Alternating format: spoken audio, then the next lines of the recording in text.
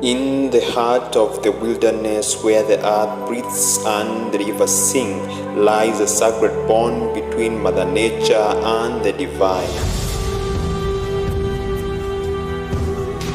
Behold the splendor of creation, crafted by the hands of God. As He writes in His holy word, the heavens declare the glory of God, and the skies proclaim the work of His hands.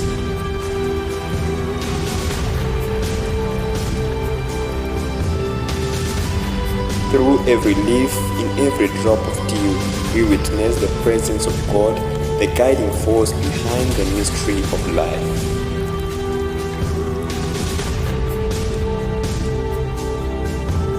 And in the embrace of Mother Nature, we find solace, sustenance, and a reminder of our place within the grand design.